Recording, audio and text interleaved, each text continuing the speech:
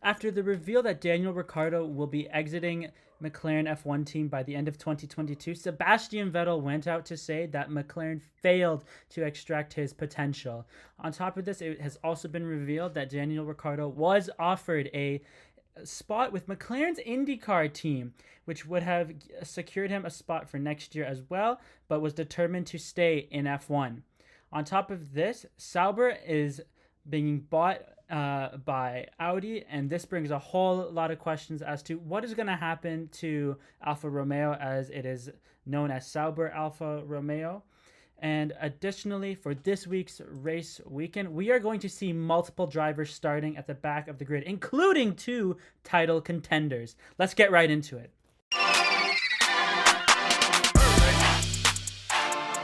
Hello, everybody, and welcome to the Formula One Digest. I'm your host, Tyson Da Silva. Today, I'm reacting to some crazy news that Sebastian Vettel has gone out to say in a recent interview that McLaren failed to extract Daniel Ricciardo's potential.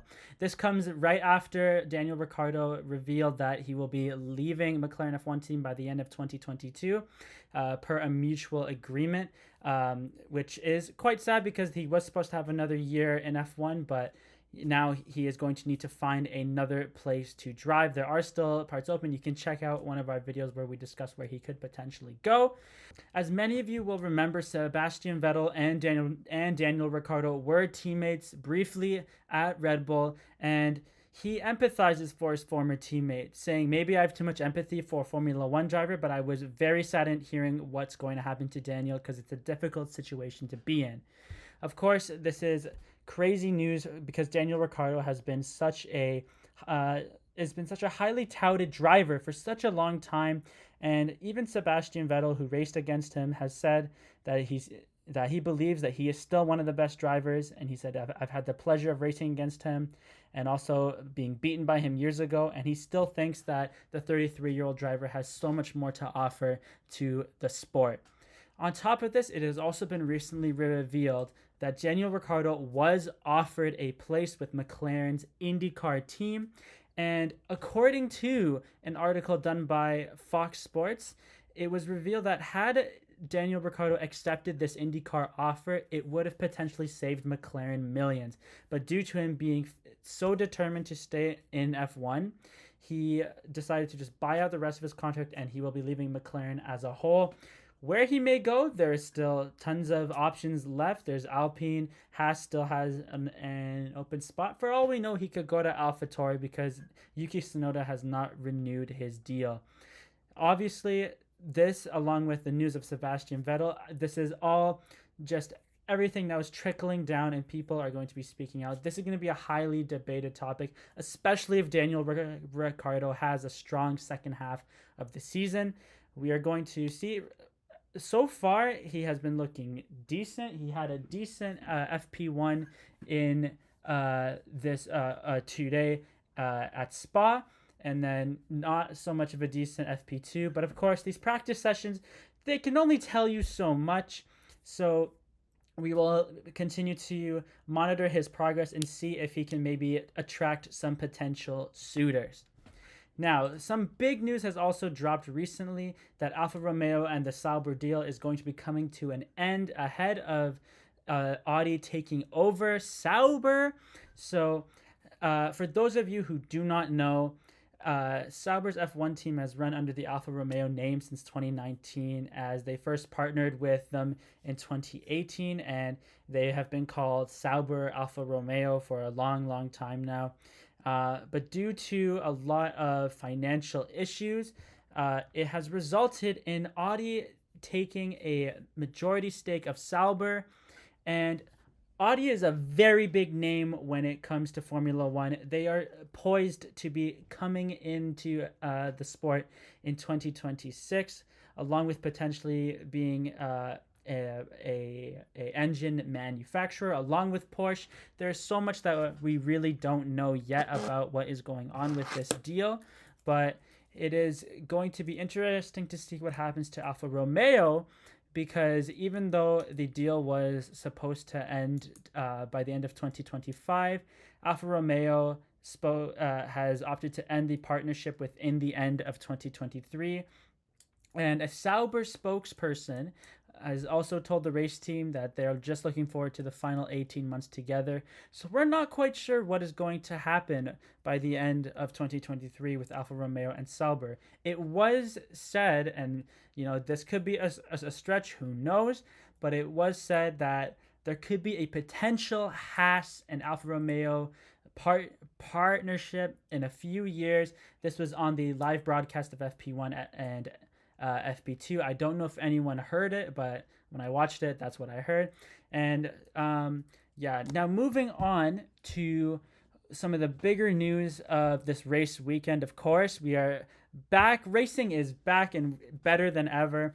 We are in Belgium at Spa, one of the least exciting races from last year, as we didn't really get much of a race due to weather conditions. And of course, the weather played its tricks today as well. It's such a difficult track to race on if the weather is inconsistent. And this was no difference, as we had multiple drivers going over the curbs and Mick Schumacher going into the gravel. It is always an exciting race. Of course, we had a scary crash last year, I believe in qualifying, where Lando Norris had a terrible accident. Thankfully was okay. But we have some crazy news, as there are multiple drivers that are going to be set for grid penalties after power unit changes. This includes title rivals Max Verstappen and Charles Leclerc, along with guys like Lando Norris from McLaren, Esteban Ocon from Alpine, Haas's Mick Schumacher, and Valtteri Bottas from Alfa Romeo. This is due to a bunch of power unit, and I believe I also read that there were some gearbox changes as well. This makes the race 100% more interesting, because already you have two of the best drivers this year starting at the back of the grid.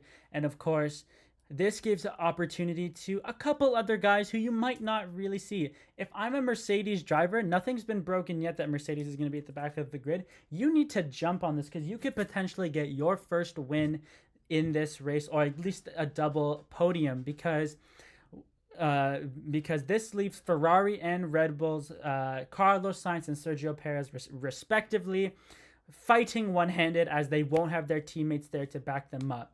This also is really exciting for Max Verstappen and Charles Leclerc, because it's going to basically be a race to the front.